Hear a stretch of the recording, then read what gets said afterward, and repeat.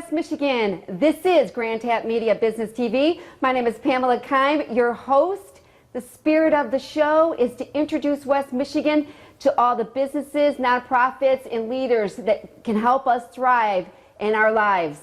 Right now, we are recording out of the Grandville-Castle.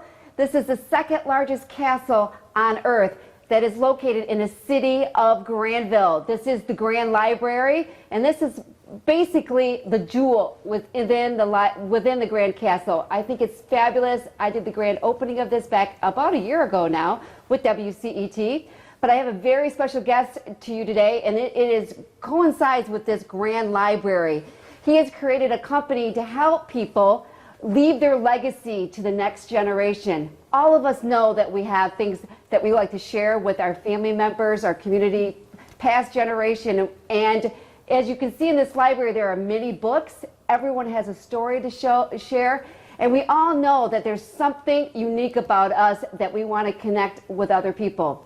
So I want to introduce to you Paul Kuiper. He created That Others May Know, and he's going to share what that is, and you want to know why you want to use his services to leave something to the next generation. So welcome to the show, Paul. Well, thank you very much. Thank you so much. And I am excited to have you here. And what do you think about this grand library that's in the castle? Absolutely beautiful. What a beautiful library. And every book contains someone's life story, and it's full of wisdom. It is. And you know, as somebody that has created a company for people to leave their life story, that is everybody's kind of dream, to leave their wisdom, their life. They know that they've impacted some part of the world or our community. Don't you believe that? Oh, I do. In his book that Daniel Taylor wrote, Leaving a Spiritual Legacy, he refers to that as a responsibility that we have, the responsibility to leave our wisdom to the next generation. And even if you feel you don't have wisdom, your stories do. And that's what we try to capture in That Others May Know. Yeah, let's talk about that. That Others May Know, you are one of the co-founders of that. But that's not how you started off your career, right? No. It's not. So you must have saw the value of this, because it's really interesting. You had a financial company, yes, and then you jumped to, you changed over to this for people. So tell us how that was inspired and why you decided to start this company. Well, early in my career as a financial planner, to build my business, I did a TV show on our local public access station. I called it Money Sense, C-E-N-T-S. Wow, okay. And we explained the value of financial planning and how investments work, how they come into existence, and what works. And out of that, I came up with the idea that it would be interesting to record the stories of people we all know in the Holland area. People such as Gordon Van Wylen, Lupita Reyes, Seymour Padness, Jerry Hayworth.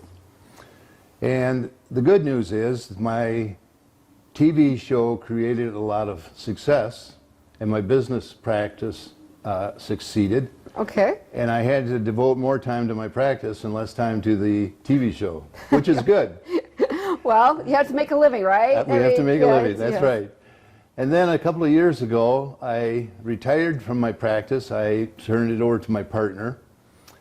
And a very dear friend came to me and said, why don't you take this time in your life and rejuvenate the Money Sense program, which we called at that time West Michigan Biographies.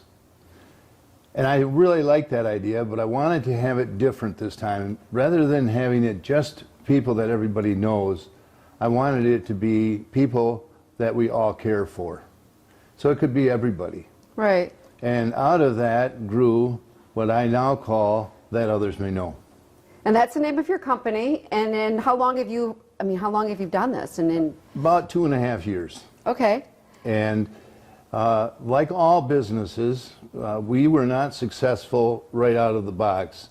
As hard as it is to believe, we've made a few mistakes along the way. Really? We can all relate to that, yeah. Right? Okay. And as you go, you're still learning, you're still improving, you're still doing things better and better. Fortunately, I have a great partner. His name is Rick Veldkamp. He's our videographer. And as you probably know from your show, a good editor is worth their weight in gold. They do a lot of the corrections and editing and make us look better than we are sometimes. If you look at the work that's being done today with Ancestry.com, what we're doing is making it easy for the people 75 to 100 years from now to see what is here. They won't have to do as much digging to get that information. Well, exactly. And furthermore, with a video, they can watch it. They can not just hear the words or read the words, they see all the gestures, all the eye movements, the smiles. And my grandparents both passed before I was born, my grandfathers. Right. And my grandmothers died before I was 4. There's so much I wish I knew about them, and I'll never know that. And, You'll never? Yeah. And people don't pass that on. Well, and sometimes we glamorize the past. Yeah, And I remember we were glamorizing the past, and they looked at this older gentleman that was in the room, and he goes, would you like to go back to, before World War II or whatever? And he said, absolutely not. He goes, we had an outhouse. We had to go out in the winter. We had to start the what do you call it, the wood stove. Sure. I didn't get to a dentist until I got into the military. I joined the military to receive 3 meals a day. We forgot that people didn't have the availability. So when you hear all this stuff, you're like, wow, but you can glamorize it like Downton Abbey.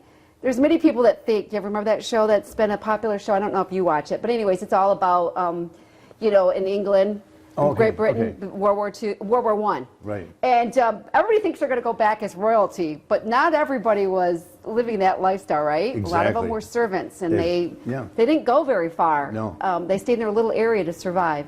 So share with us, there is a value to the World War II generation that is now passing away in high numbers, right, because of their age, and what they can share with us, because I don't think anybody really understands what was really at risk before World War II, when we were going through World War II. Right. When you talk to other people, it's like it wasn't an option to Exactly. lose. That's right. We had to win. Right. They were drafted for the duration. Mm-hmm. They had exactly what you said. They had to win. After victory in Europe, then many of the people who were fighting in Germany or in Europe then had to go and complete and fight in Japan, in the Pacific. And that was a whole different war, wasn't it? That was a whole different war. Yeah. And think of, if you watch the battle, or if you go to Normandy and you see what these men went through, I don't know if you've been there, but it's a straight wall that they went up to defend, and the loss of life, and all that went into that. And then right after that, they had to go fight the Battle of the Bulge.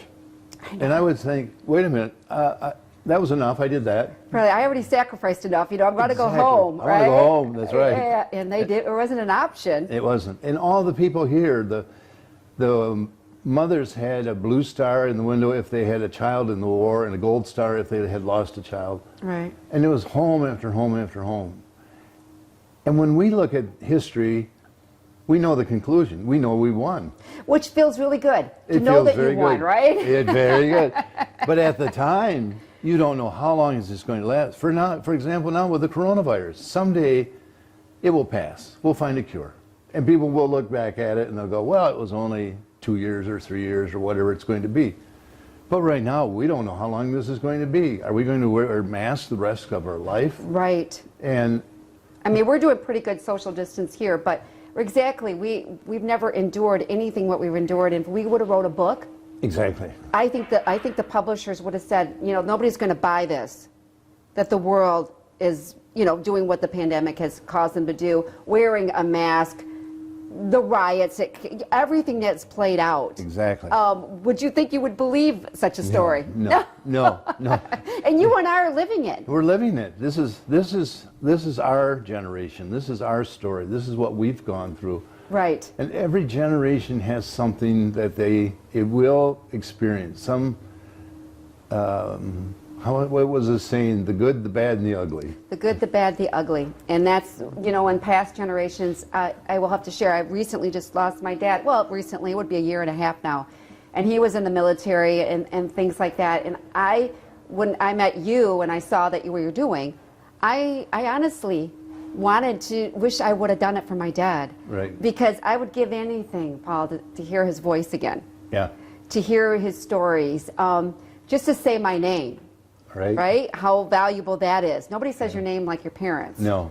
Right? And you can always hear the voice. But all the stories my dad took with him. I mean, because he went through the 60s. Yeah. I mean, I'm kind of glad he's not here at COVID. My dad would have been those people that were like, the world's coming to the end. The older they get, you know what I'm saying? Right, right. And I don't know how he would have handled all this. Right, you know? exactly. Yeah, it's, we did an audio recording of my wife's mother, and she still hasn't listened to it. It's too hard. You know, it's just too Right. emotional. But it's there. When she's ready, that tape is ready. It doesn't evaporate. It doesn't go away. It's not. It's forever. And like with your dad, you would still have that. And my grandparents, my dad talks about his dad and whatever. He died when I was a baby, when I was young. I would have given anything to see him and see myself in him, see my features, see what were they afraid of? Because I think that's all we really want to know is, can we connect with these people? Are they enduring what we are doing? And sometimes you realize when you watch those documentaries Yep. on TV, you find things that they were kind of the same, they were afraid of the same things that we're afraid of, but just at Exactly. different, you know what I'm saying, Right. times. Yep. My dad died when I was 22. He was 60 at the time, and I was working at a bank. And after he died, a lady came to me and she said, "Would you like a picture of your dad?" And I said, "Sure." And he's in his early 20s, looking very dapper, standing next to a Model A, and like he owned the world. And interestingly, I gave the picture to my mother, and she said, "Where'd you get that? Who gave you that? What was her name?" And she's all jealous about somebody after he had died, but she had never seen the picture either. And I always wondered, what were you doing in that picture? That was going through your mind, and I don't know. I'll never know. You'll And never it's gone. know. You know, But who it's- were those people with you? And, you know, I agree. It's a cool picture, and well, maybe what's one advantage we have is we can make our own story about it, whatever we want.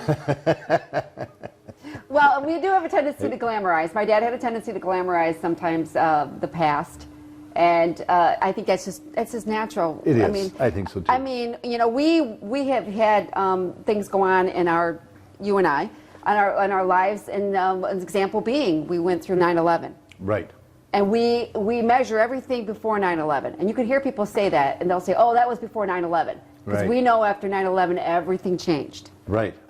Airports, I mean, you can't even, you know, airports have definitely changed. You know what I mean? Travel. Absolutely. Travel. But, you know, this is something important to share with the world. I mean, I don't even think today's generation even knows what the Twin Towers were. Exactly. And watching two planes crash into it, we would have never even believed that story No. if you would have been that, right? And the people who are born after that, or even a generation after that, well, they can't comprehend what life was like before that because it had changed. Right. They grow up, they go into an airport, and they expect to have all the security. That's their world. That's their life. Exactly. And Your loved one stayed with you until you got on the plane. Exactly. Remember, you could wave to him through the window, window. right? Get on the Exactly. plane, right? Yeah, that's and you right. you can't even get that close anymore. No. This is what we can share with people and generations, I think, is what we experienced in high school and stuff, and where we thought we were going to be. Sure, we have a lot of technology with this, but this is actually, I think, this is moving faster than us. I think so too. Time. You know what I mean? Right. I mean, this can get across the world in seconds. We can't Right. actually get across the world, and it can't even get across the country or state Right. within that one. And So- with face-to-face, you have family in California, I have family in Seattle. Right. It's not the same as when we're right there, but it's much better than writing a letter or a phone call. We can see them, we can talk, we can Skype. Skype. Yeah, you can see how big your kids are getting and Your what's going on. grandkids Yeah, are- the grandkids are getting much bigger. Exactly. It's worth it. Yeah. It's a wonderful thing. Well, when we watch my husband's a big history fan, you know, a fan of history, World War II. Okay, well, let's get with that. Listening to during the Civil War and during the, you know, just the letters Right. that were left, that people discovered. I think the greatest thing, even the Bible, right? We have Jesus, Right. you and I being Christian, it's only people what they saw. But could you imagine if you could have interviewed, or Jesus could have been, because we don't know people that do this now, Right. where they're going to be in 20 years from now. Right. or even married. If we had, in her words, what it was like to have the angel come and say, "This is going to happen." I think today, if I were her, I would have said, "Right, Sure, really?" sure. Oh, I think of that. I think a handicap that people don't understand is in Western Michigan. If you grow up white Protestant male, you are so ignorant about needs of people. And I had all of the answers and all the solutions, and I knew everything. I did too. I had nothing to show for it, but I did know everything. I know. Yesterday, I may change the subject a little bit, but yesterday I met a lady, and we were talking, and she and her husband were not able to have children, and so they adopted two children, two girls, who both have cerebral palsy, or who deal with cerebral palsy. Right. And I think to myself, what a huge contribution she's making to do that. Yeah. That's a story I'd love to capture. And she's younger, and she doesn't even think it's a big deal. But wouldn't that be I need to work on that too. I think your idea is great of capturing people at 20, 40, 60, 80. And now that would be a real legacy. That would be a real legacy, and this is when I was starting the show, one of my critics are like, "Well, you don't have the audience as some of the other people in the community." And I looked at her and I go, "They're not my audience. My audience is 100 years from now. I mean, everything that's being recorded today, sure, it's going to be 100 years from now. We don't know where it's going to be, but on the chance that it is discovered, same way as a letter from the Revolutionary War, the Civil War, is going to have some impact on who's ever watching it 100 years from now. I mean, our clothes, our mannerism, a tie may be out of existence. Look at it, that was the tie. And you can understand that. Yeah. They don't wear ties much anymore. No. And so when you see somebody in a tie, you have to see your, business. There's some kind of image comes to your mind. Do you find that there is anything consistent in all the businesses that have started that made them successful? I asked that of a man. He was 100 years old when we did our interview. And I asked him, I said, what have you found consistent through all your life? What hasn't changed? Well, he wasn't a man of a lot of words, and he looked at me and goes, "Hard work." And that was it. And I was looking for more. But as you interview people through these businesses and so on, is there anything they've all done that made them successfur? Perseverance. Perseverance. Being around people that are more successful than them. You're more successful than I would be tapping into your knowledge and wisdom.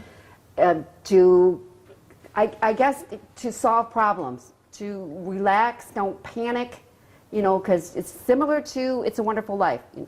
Exactly. The Potter sat back and waited for people to panic. "I'll buy what you have for 50 cents on the dollar because you're going to sell it." Right. We know right now, going through COVID, I panicked and my husband didn't. And this was months ago. I've calmed down since then. But all I could see is what was happening today. And of course, social media makes it even more very in your face, like it's happening to your neighbor. Exactly. And it's actually happened in Chicago. And I do have three of my children in Chicago and one in LA, which is, I panicked to the point where the uncertainty, and because I have lived a very sheltered life in the city in the West Michigan, which I've been well protected. I didn't create any of that protection, but other people did before me. Right. You understand. I raised my kids in the city of Grandville, a city known for churches and parks. Right. And Grandville's a great city, and it's you and I talked about, we've given our kids a charmed life. Yes. I panicked because I'm thinking I was worried about losing the way of life that I grew up with. I didn't want what they were offering me. Right. And I wanted to be able to, I was afraid, I guess fear of the unknown. When you and I met, I told you that I had done some scuba diving. Right. And one of the things we did is cave diving. So you're on scuba, you're 1,000 feet back in the cave and there's only one way out. And they taught us that just about you can survive everything except panic. Panic is a killer. Yeah, if you panic, you probably will die. If you can remain calm and say, oh my, I have a problem, I'm running low on air and I'm 1,000 feet back, and stay calm and think it through. Don't take it all in. Yeah. Now, you've been interviewing people for a while, and you, of course, with your finance, which I do think people need to get on board on that one, with everything going on. What do you notice most? What people are wanting to share? Their successes, their failures, what they want to leave something, what is it that they want to? That is a great question, and I'm going to expand on that.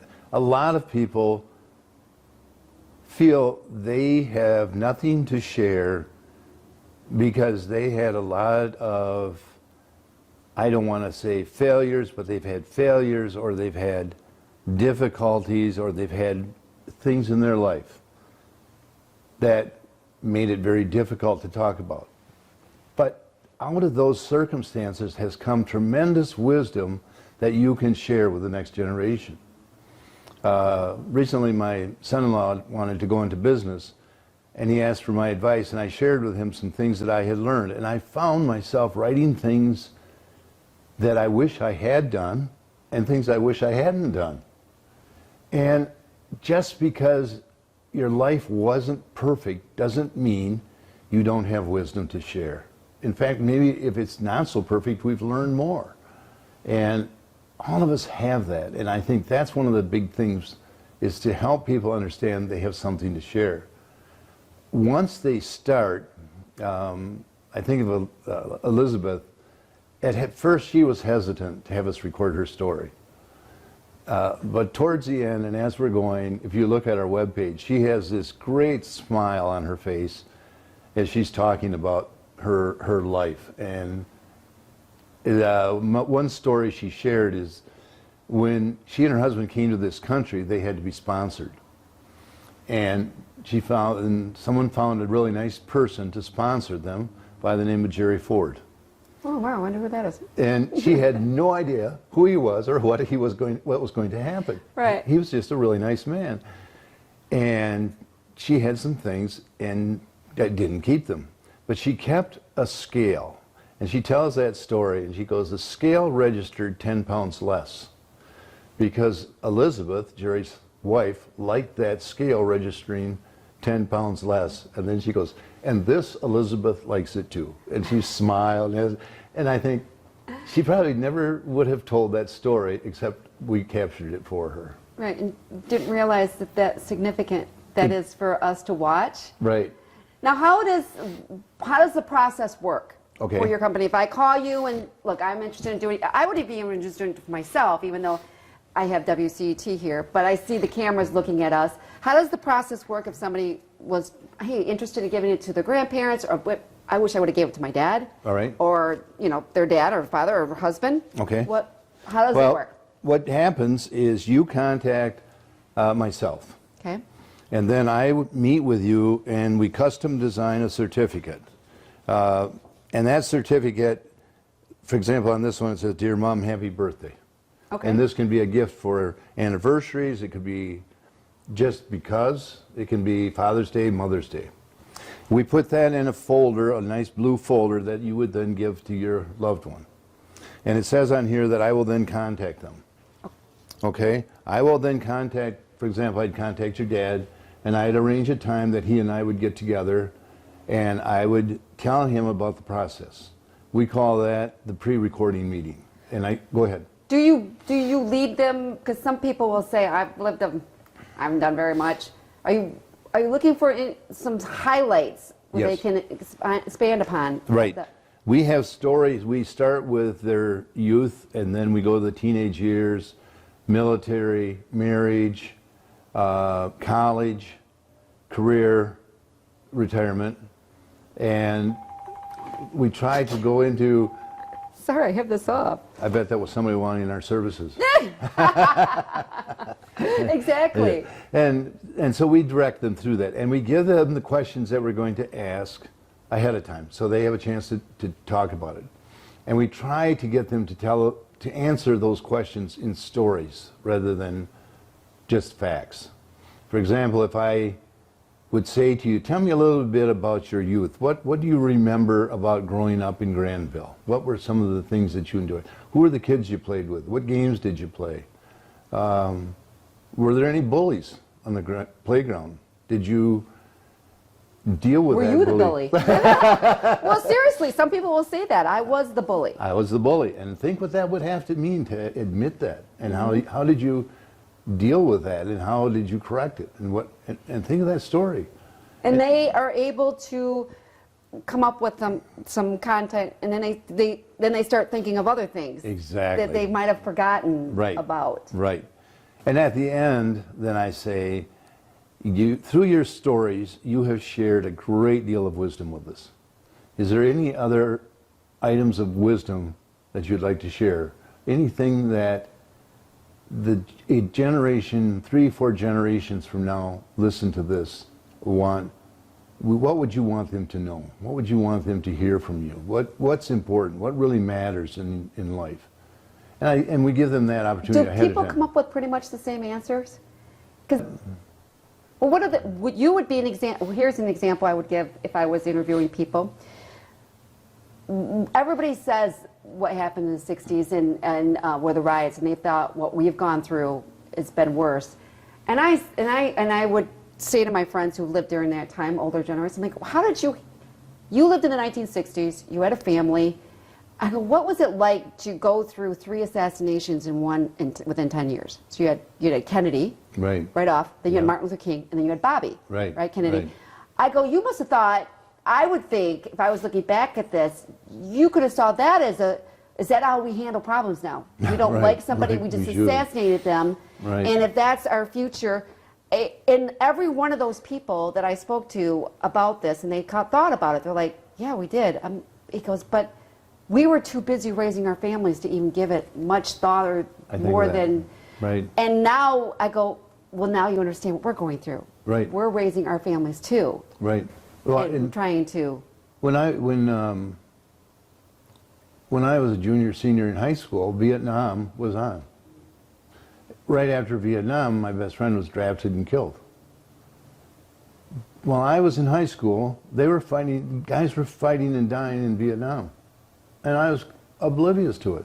I was more concerned about what was going on then. And that's not wrong, it's not abnormal, it's being a kid. It's a human experience. It's a human experience. And I think we still do that. And how do we make people more sensitive to that? Right. All right, and so anything else? They get a certificate, they call you. Right. This is basically, in a nutshell, this is a book that we see on the shelves here, actually put in their life in a video. Exactly right. And you could be able to give all the family members that, and they can. Chances are that's going to survive over the 100 years of getting copies and copies of that. That's wonderful. All right. So for more information that others may know, get a hold of Paul Kuiper. You can find. I'll have the information for you. But I want to thank you for being here, and I think you're doing a great service. And I will be looking into that. I wish I would have done it for my father, and I'm sure there's people out there that want to do it for a loved one, or even themselves. Maybe a couple. Right. After 50 years of marriage, they have something they want to give to their children. What a great gift to give that to I would have wished my dad would have done that for me. I would have loved to hear my mom's take on things and things like that. So I want to thank you for being here.